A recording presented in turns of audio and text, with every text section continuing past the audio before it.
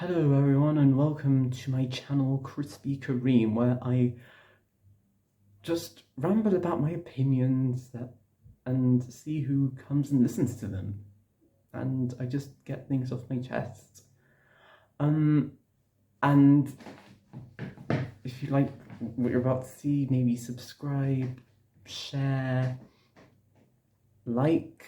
I don't know, if you don't like it, keep it to yourself, or tell me, because you're free to put your opinion out there. I mean, that's what I'm doing.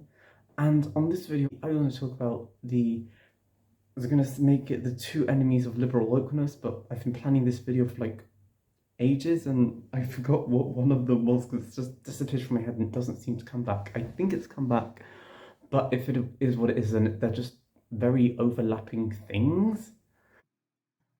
Okay, I'm just going to edit this in with a silly photo that I took of myself. I don't really care if this disrupts the flow of the video, but I'm going to edit it anyway, just so that I can reduce the harm on Black communities from the misuse of woke, and I'm just going to give an idea of what the actual definition is. So this tweet is by Leslie Streeter. She's an author, and she writes, "Woke was a term developed within African American communities as a reminder to be aware and prepared.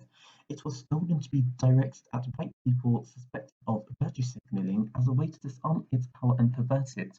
Using it as a pejorative tells on yourself." So the two enemies of liberal, secular, Western woke culture is constructive criticism and personal development. The reason why I think it just isn't on board with these people aren't bored with constructive criticism, is I've noticed that a lot, especially with people who have never grown up without a social media account. I used to use, I never properly got onto social media until I was 14, and that was Google Plus, which I stopped using in 2016, and then I made a Facebook account when I was 15, and that was 7 years ago, and then I'm on social media way too much now, but I still spent a large chunk of my life without social media, and I even as someone who is technically considered Gen Z, and I'm grateful for that, and even though I do spend a lot of time on social media, I can imagine a life without it. But then there are these people, especially the people who are who center their lives around TikTok and that sort of stuff, and they are crazy. And I think it's to do with the fact that there's no online repercussions being very vicious towards people the way you would experience those repercussions in real life. So when we criticize people, it's to shut them down, and so constructive criticism is basically non-existent. And anytime we give constructive criticism to someone, it's like, why are you detracting from my humanity? And don't you see me as a human being? And I'm like, yeah, but you're not infallible. I see you as a human being, and all human beings make mistakes. You are not infallible. You will be criticized. You will have someone not agree with you, and that doesn't mean they hate you or they're dehumanizing you or that they're a bully and a toxic influence in your life. It's just an opinion. If someone says something along the lines of obesity actually isn't healthy and you shouldn't eat every time you feel like it because it makes you happy, and at some point it's going to cause you health problems when you're old later, and then you have all these fat activists go on, and I'd like to make a whole video about this someday. You have all these fat activists go like, oh my god, you're so fat phobic and you're discriminating against me and you don't understand my lifestyle and you're a bigot, and I'm it's just such a headache to see all this on the internet, and I never want to engage with that kind of stuff online. And the reason why I bring up personal development on that is because it's not just people criticizing what you do now, but it's people bringing up your past and criticizing them. So my Twitter account, maybe up until last year, where more of my mutuals actually regularly reply to like have put a notification on my tweets, but on the most that's like 2 likes and maybe a retweet every now and then. Um, you know, people just ignored my tweets and just didn't look at it. Like even if I had someone I went to school with like following me on mutual with me on Twitter, they just ignored it. And so if someone and I think we've all put stupid things online, and I don't think we should necessarily have to bring up the whole age thing if someone did something stupid a long time ago. Like if someone brought up my tweet and said, "Is this you?" and I'd be like, "No, that is not me. That was me. That is not me. That was me." But we all go change, and you know, if I think if you're gonna put something out there offensive for people to see when no one's seen it before because someone else tweeted it and you just want to make it look bad, that's kind of on a very malicious thing to do. And I think you could just, I don't know, say to that person, hey, I think this is a bit of a sketchy thing to tweet. Like, really, you did that 4 years ago, or you could just ignore it. If you really wanted someone to delete that tweet, you could be like, hey, maybe delete this before someone else finds it and does that kind of, is this you thing?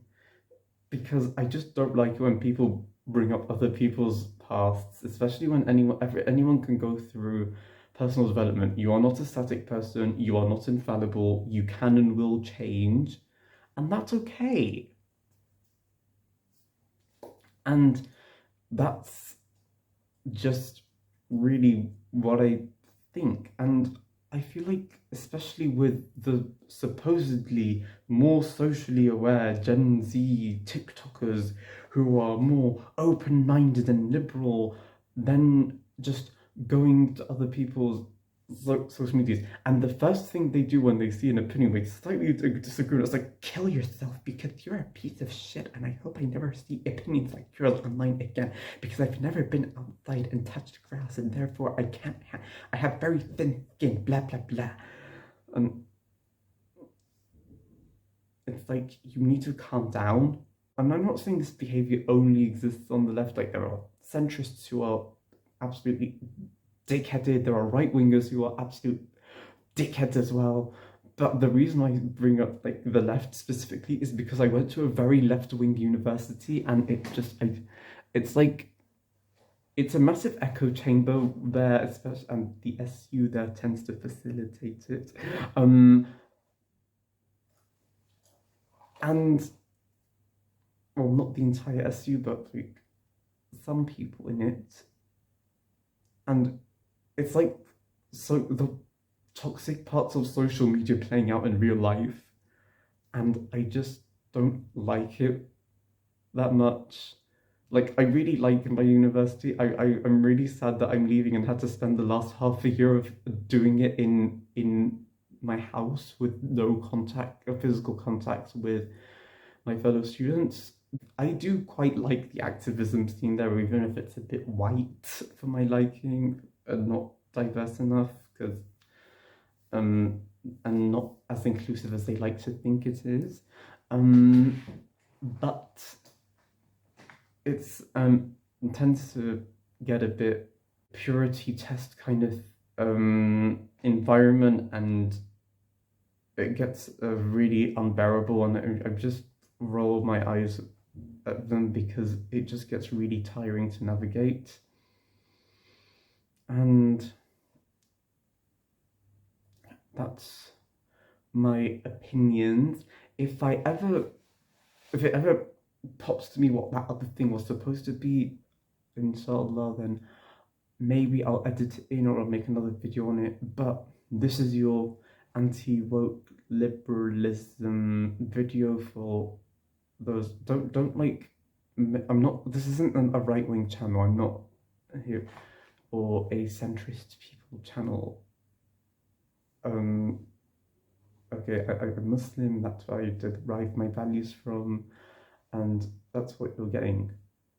Criticism of the woke. I could make videos about left wing, right wing, center people, whatever. But if you enjoyed this video, please give it a like, share with your friends, family, and loved ones, subscribe, and check out the links in my iLink. I'll post the link to it in the description box. It has my social media and my Instagram, my Twitter,